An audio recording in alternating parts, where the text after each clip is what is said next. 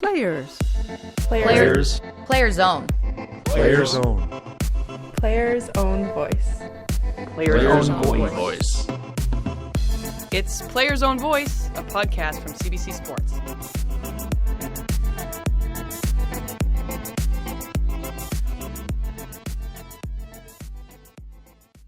She is a 6-time Olympic medalist.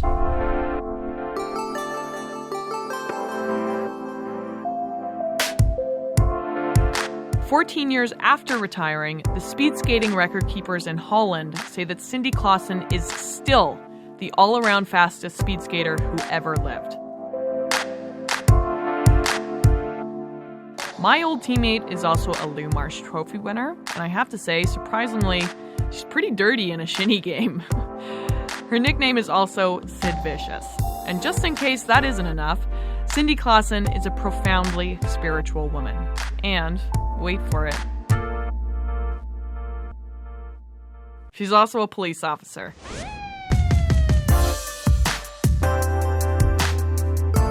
My name is Anastasia Bucsis, and I am thrilled to hunker down with my old pal on today's POV podcast, especially because Cindy's a little bit shy around the media.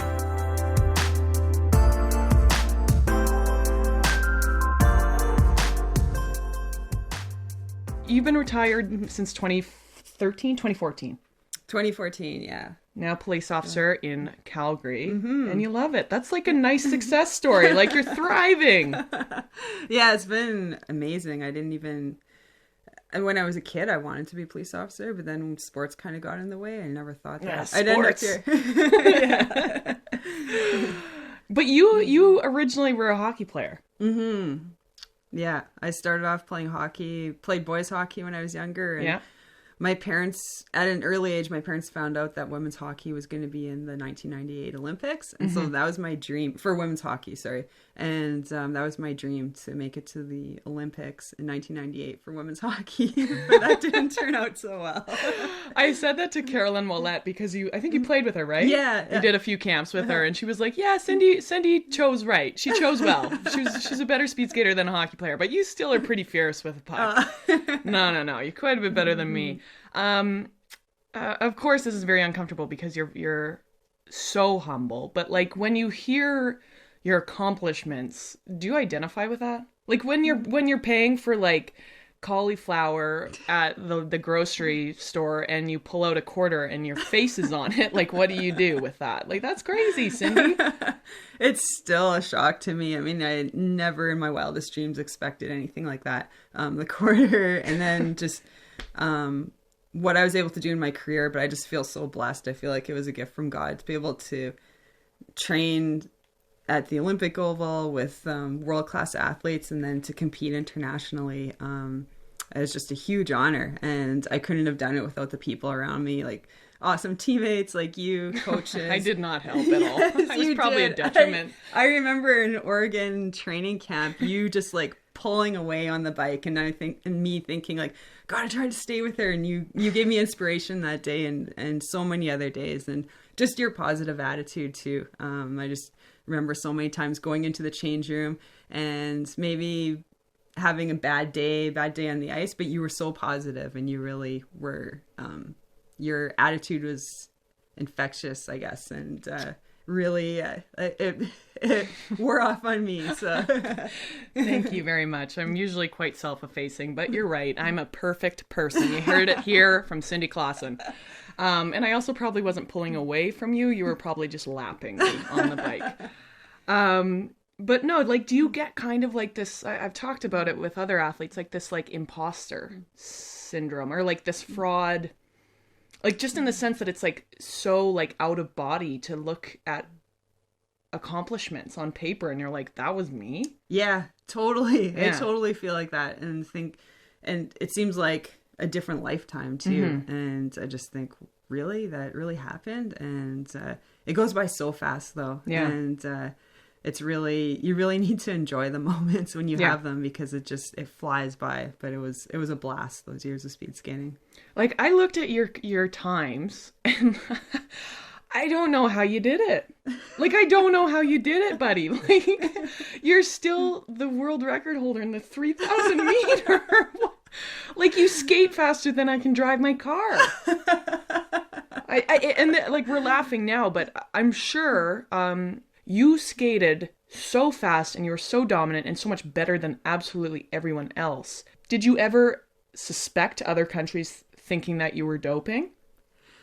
I don't think I didn't think about that until one year there was an article that came out, and this one skater from another country, she said that the way I was improving so fast, it made her nervous. And then the press kind of jumped on that, and they said, well, are you saying that she's doping and stuff? And then all of a sudden I thought, I wonder, like, do people think that? And unfortunately, in today, I mean, I'm not saying from you, but like 100%. I now, you know, kind of with things that have unfolded, not just in speed skating, but I for sure think people are a little bit jaded. Yeah. And I just, it's just something that I've just put behind me. I thought, you know what? I know that I'm skating fair. I'm not cheating. And so I just, I mean, you have to live with yourself at the end of the day, right? If you do that. And so just knowing that I was skating with athletes and coaches and an organization that believed in fair play. And I mean, that's all that we could do. And so, yeah. And you're still leading the Alders Calendar for those listening. The Alders Calendar is like some weird Dutch. Can you pronounce it? Alders Calendar. No, I think it's a really long Dutch name. I can't even pronounce It's some random weird Dutch thing that us Canadians don't know how to pronounce, but essentially it means if you add up all of Cindy's times for every specific distance, she has skated faster than anyone by 2 Samalong points, which means... Oh, speed skating is a silly sport. It just means she's faster than everyone else, still to this day, by a lot. Your career, you've seen some pretty significant accidents and injuries. In the fall of 2002, you were taken out by another skater in a training session. I actually crashed into her, oh, so it was my fault. This entire time I've been telling people she took you out. No. Oh, Sid Vicious at it again, eh?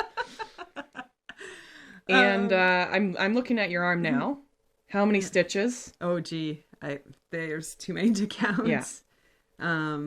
Severed an artery, a nerve, and 12 tendons. And the funny thing about it, though, I mean, it wasn't a funny situation, but I think it was a week prior, there were some students from the U of C that were going around and doing some kind of survey about the mats that go around the ice. And they're like, can you answer some questions about when you fall? And I said to them, oh, well, I don't ever fall. And then the week later, you almost die because you like sever every single vein and artery in your forearm. Yeah, it was crazy. I just remember crashing, not really knowing. I was kind of in shock. I didn't know what was going on, but I was holding onto my arm because I knew there was something wrong with it, and I could see blood around me. And I remember Marcel Lacroix coming up to me, and actually, I don't remember this part. I remember him being there, but he told me after he slapped me across the face to try to wake me up because I was like blacking out. And so it was kind of, I felt calm because I was in shock, I think. I didn't really know what was happening. But then they shuttled me off in an ambulance to the hospital, and I thought they were just going to stitch me up and I'd go back to skating the next day. But they're like, your season's over. We're going to have to have an operation here. And yeah. You almost bled to death. Mm-hmm. Fast forward to a few years later, 2007, double knee surgery. It was a year and a half before the 2010 games, so... God, see, all of these timelines. Year and a half before 2010, so what does that put us? 2008. Yeah, the summer of 2008, because I was hoping to compete at the end of that season before the Olympic season. Mm-hmm. Yeah. And it didn't work out. No, it didn't work out too well. So, double knee surgery, this is how you always described it to me. You went in, and the doctor essentially said, hey, we've got good news and we've got bad news. The surgery went really well. The bad news is that your knees are way worse than we thought they were. Mm-hmm. You have knees of a 90-year-old. Yeah, pretty much. So how, and it makes me feel better because, like, I remember we were at a wedding and you were kind of sitting on the edge of the dance floor, and I said, Cindy, come dance. And you went, no, I can't with my knees. And I remember thinking, like, oh my God, I'm never going to get to that point in my career. I'm never going to not be able to dance at a wedding because of my knees. And here I am. I can barely dance now because of my knees. Oh, no. Yeah. What's that about, speed skating? Yeah, no kidding. Because I was even told that it was called more like jumper's knee, which, I mean, we do jumping in training, but it's not like a big part of our training. And I guess if you're a sprinter, you do a lot more. But I was shocked to hear that. And yeah, they still, if I weightlift too much, they still give me grief. And, yeah. Herniated a disc in your back. Yeah. And then pretty bad concussion. Yeah, that kind of took me out of the sport. And I remember, I mean, it was the summer of 2013, and there was a few months to go before our Olympic trials, and I crashed inline skating, got a concussion, and I kept trying to get back into it, but it just headaches and stuff like that, and I just couldn't get back into training. So it was that was the end of my speed skating career. After having so much insane success, did that change the way you look at things, or did it feel right, even though the last chapter wasn't necessarily the best? Yeah, it felt right. I mean, I knew that my career was coming to an end anyway, and so it was unfortunate that it ended up with a concussion, but there was good things that came out of it too. I was able to finish my degree, which it was a 20-year undergrad degree. I started in 1997 at the University of Manitoba. How were your courses even relevant? No, I'm so grateful to the U of C for allowing me to keep them. But yeah, I did 2 full years in 97 and 98, and then came out to Calgary, and then I was just kind of like, school. I got lots of time for that and focused more on skating. So, but yeah, it felt right. It felt like the time was right to hang up my blades.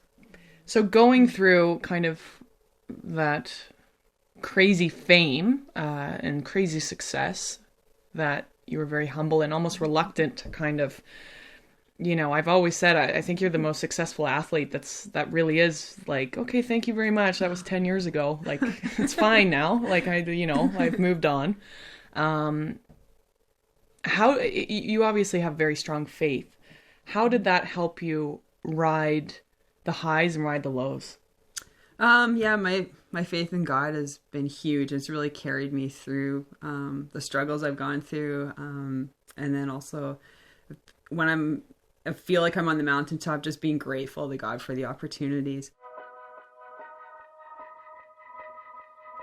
Yeah, I just felt like, I mean, in 2008, my sister almost died in a car crash, and I was in Germany at the time, and getting ready for the World Championships, and so I flew back home, and I didn't think I'd even make it back in time to see her alive. And I just remember I couldn't fly out till the next morning. I just remember praying all night long and just feeling that peace that God was in control and I could trust him, and I felt like he really carried me and my family and miraculously healed my sister too. And so I'm grateful for that, to have that faith and being able to carry it with me through my life, through anything I go through.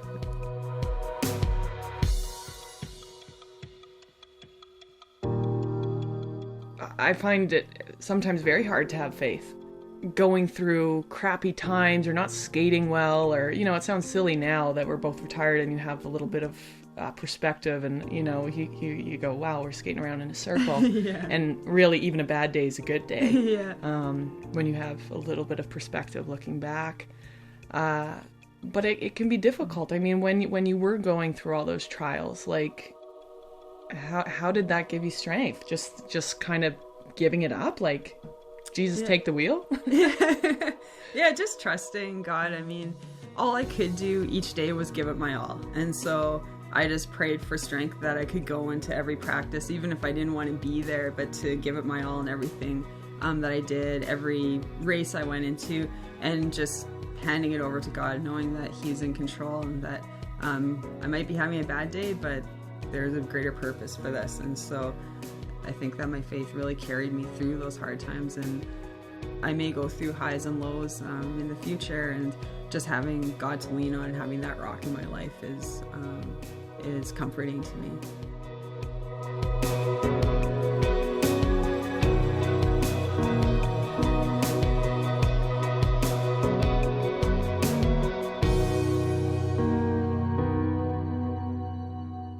What are the moments that you're like, that's what it's all about?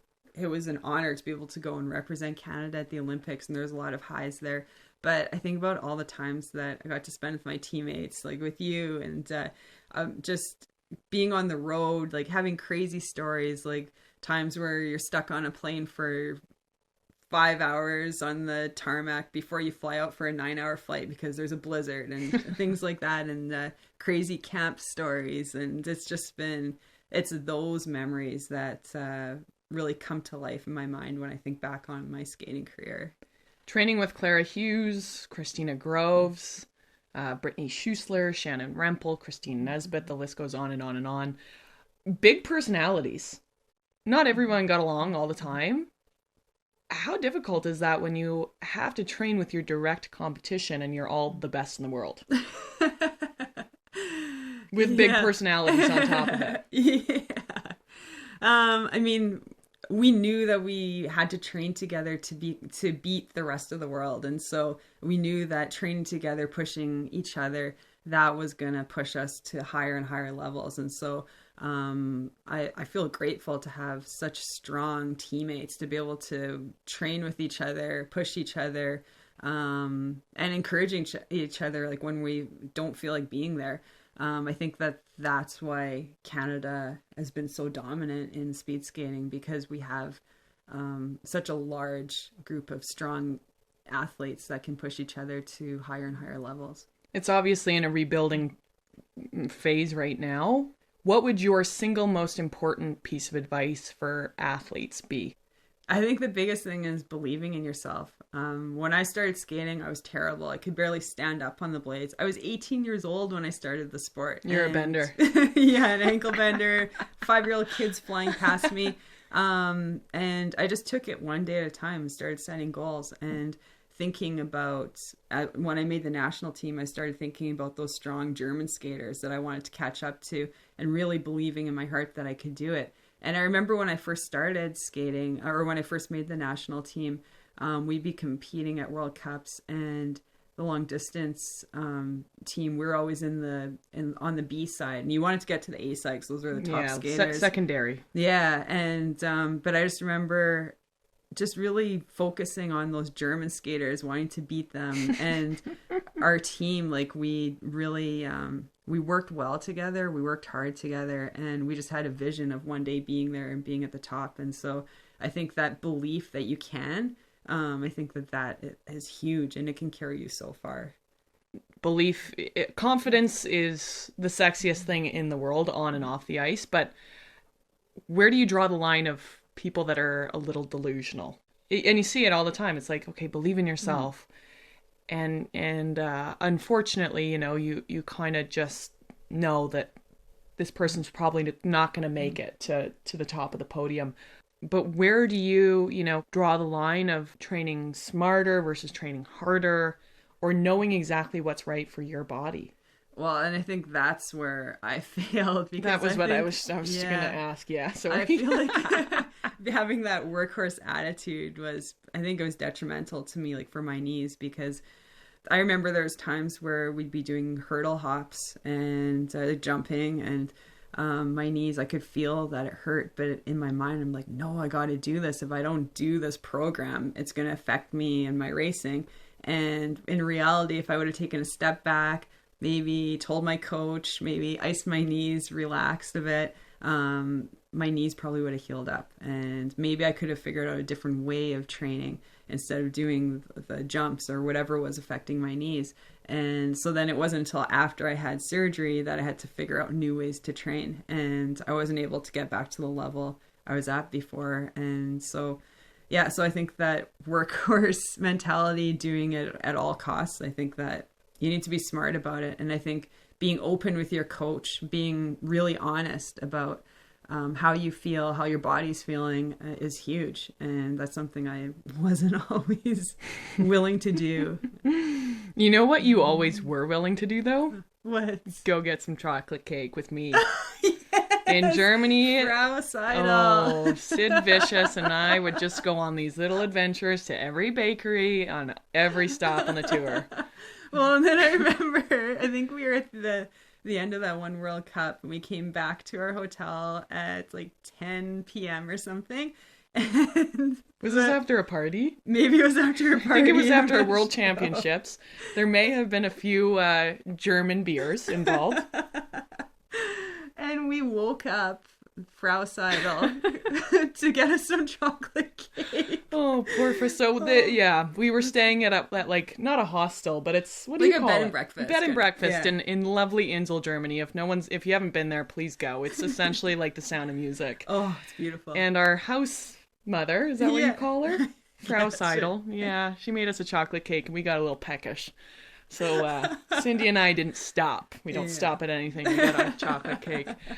Cindy Klassen, thank you so much. You have blessed my speed skating career and my life and my memories, because some of my funniest memories are with you, with all of, oh my Lord, here we are getting lost on a mountain, mountain biking. We got lost on a mountain for 11 hours in Oregon. My pee was like orange Gatorade. That's how dehydrated I was. And we thought it was going to be a 2-hour mountain bike. We dressed in summer gear because it was hot at the bottom of the mountain. We took like one water bottle. One bar. A granola bar. And 11 hours later, when search and rescue finally found us, we all cried. Even the boys. It was terrible. It was terrible. Epic. But maybe one of my favorite memories of my entire speed skating career is saying that was your favorite memory of your speed skating career. I'm like, all right, if that's good enough for Cindy Klassen, it's good enough for me. Oh, it was such an adventure, that whole camp. And then the cabin that we stayed at It was like very such end. a dump. You know what I mean? Like, it's like, okay, I'm thinking like, yeah, like, we're sexy athletes, you know, speed skating for a living. And here we are. It's literally a cabin from Uncle Buck. Like, ants the size of quarters. They were huge. Those black ants. Squirrels coming into the cabin. Yeah, and final day. Final day. We're inundated with bats. Like, there was 7 or 8 bats that flew into the cabin. And if someone was chasing me with a steak knife trying to kill me, I could not have screamed harder. And we all slept on the floor. Yeah, with the lights on. We were so scared. Yeah, it was unbelievable. I can remember hearing you and Danielle kind of like, I could hear you guys talking. It was the middle of the night. And all of a sudden I hear screaming, and it's pitch black in my room. And all of a sudden I hear whoosh as a bat flew past my head, and I dive bombed under the covers because it was so scary. We all ended up in the shower. Oh, Lord. And then one crawled past the bathroom door. Anyways, that is Cindy Klassen. Love you long time, buddy. Thank you so much for taking the time to talk to me and be on the Players Own Voice podcast. I know you don't love the media, but guess what? We love you. And you really were one of the most infectiously positive teammates I ever had the privilege of training with. And I appreciate you. Cindy Klassen, 6-time Olympian, 6-time Olympic medalist. Only 3 Olympics. Yeah. So let's not get ahead of ourselves. You're not that good. Peace. Cindy and I set aside our chocolate cake, not for long, to record that conversation in Calgary.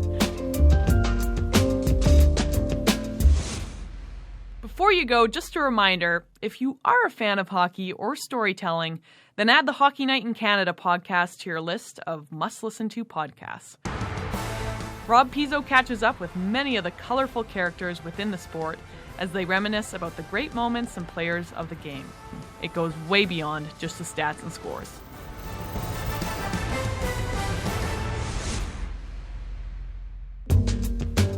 Players Own Voice Podcast is a CBC Sports production. Email your comments to us, Players Own Voice Podcast @cbc.ca. Social media, #Players Own Voice.